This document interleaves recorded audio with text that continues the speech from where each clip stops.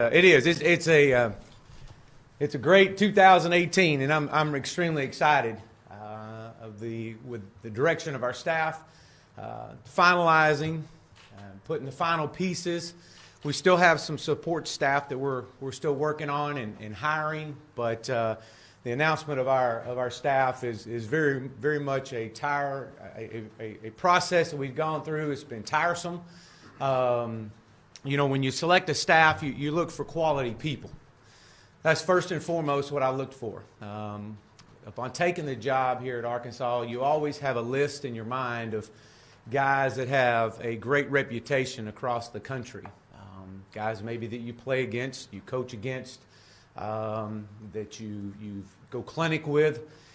And so as you compile a list through your tenure in coaching, you always admire a complete body of work that people do. And that was a big part of selecting our entire staff. But first and foremost is the quality of people that we bring in. Again, I've said it before and I'll say it again. Football is what we do. It's not who we are. And if you recruit the right caliber of players, surround them with the right staff, you'll win. And that's what we're going to do. Timing and fit played another major role in the selection of our staff.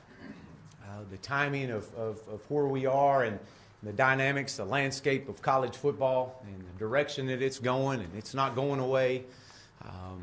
The changes of offenses and defenses and special teams are continuing to change daily and yearly, and you've got to stay on the cutting edge. That had a process, and that had a contingent upon the selection process and who we hired as a staff. And fit. Do they fit what I want to do? Do they fit the blueprint that we know what it takes to be successful?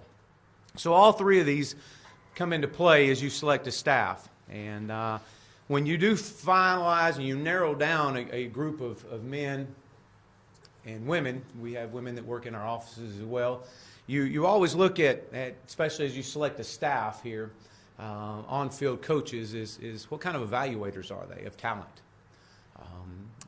And then once you evaluate them and project them into what you want to be and what you want to do, can they recruit?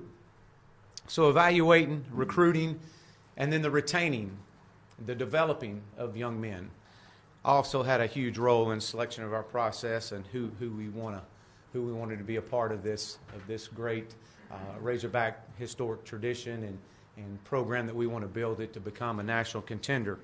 And so with that, as it fits a blueprint of our success, we hired extremely excited to hire John Chavis as our defensive coordinator, and really excited about his wife Diane being a part of this. Our coaches' wives are our home run hitters. They're so much a part of our young men's lives, and to have John and Diane is very much a blessing to the University of Arkansas and to our staff. Extremely excited about John. Offensively, of course, Joe Craddock was our offensive coordinator at SMU, and his wife Abby, to have them a part of us. Joe and I have gone back for 6 years plus, and I'm sure we'll talk a little bit about that in coming up. But extremely excited about having Joe and Abby. And as you start looking at the development of young men, there's far more than just being on the field. You have to look at student athletes off the field, in the weight room, in our strength and conditioning. What we do, how fast we go, is far more than just how much weight you can lift.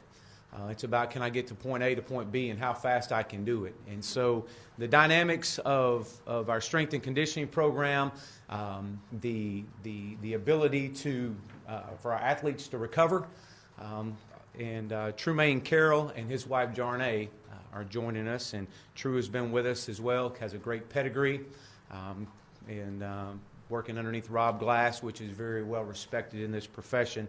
And True has done a great job, as I mentioned in my statement, and big part of our success at SMU was the development of our young men and being able to flip a roster and to develop these young men with their strength, their speed, and their ability to stay on the field with their health. So and I'm going to open up for questions, but just extremely excited. Defensively, what I was looking for was someone that was going to disrupt the quarterback, someone that was going to be aggressive and attacking, someone that was going to be multiple, that was be able to be in and out of fronts, and finally someone that was going to be able to take the secondary and tie it into the fronts, the pressures, the movements that has to happen up front. And to be able to have the back end tie in with the front end is so much a part of it. And to have John's experience is very valuable. And offensively, we want to run the football. You'll hear us talk about that over and over. We're a two-back, run-oriented, play-action shot football team. That much like defense, I want to be aggressive. I don't want to sit back. I want to be aggressive, and I want to be very multiple.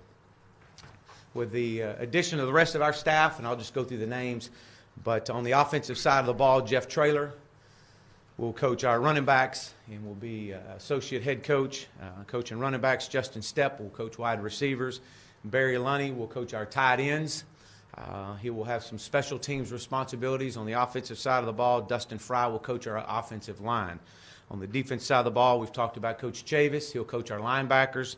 Steve Caldwell, which has had a prior stint here at the University of Arkansas, is coming back.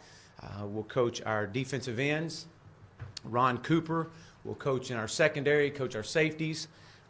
John Scott, which was retained from the previous staff, will coach our interior defensive line and work. He and Coach Caldwell work together. And on the back end, our 10th assistant that we'll be adding, it'll be effective to go out on the road at the end of the week, will be Mark Smith. Mark was a part of our staff at SMU, a longtime high school coach, was our recruiting operations coordinator, and was served as also an analyst on both sides of the ball.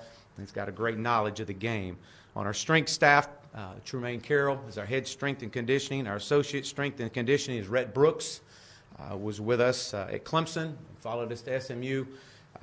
Chad Kane, and is coming over from Tulsa. Mark Soltis, joining us from SMU, and Lance Yancey also from SMU. So with that's our addition to our staff, and we'll talk support staff at a later time. I'll open up for questions, and we'll go from there. Yes, sir. Chad, you mentioned how relationships come about and how you hire someone. Can you talk about your background with Coach Chavis and how that developed during the course since you were hired? Yeah, studying teams and studying defenses, and kind of what's next and what's on cutting edge over the course of our tenure, even back to high school, and just looking at guys that do really aggressive things defensively. John's name always came up from his time at Tennessee. And having a prior acquaintance with Coach Dan Brooks. Dan and I worked together at Clemson, and his relationship with Coach Chavis, having served on the staff with him at Tennessee. So I had a great in with the relationship there as far as getting in contact with John and obviously studying what he did, playing against John in the Chick-fil-A Bowl, and playing against LSU, and just knowing that, and the way we look at it is kind of like this: what really gives us problems offensively, and that's one thing that John and I have talked about numerous times through this whole process. I guess we started talking, when we first got the job here. I knew what I wanted. My list was short, and so when I started talking to John and went and actually visited with him, it was what really causes us problems from a defensive standpoint. And so that's how the relationship kind of started, and it goes back. But just playing against John and going against some of his predecessors and what he does, he's got a great reputation in this league, and that really was another attribute to. Yes, sir. When did things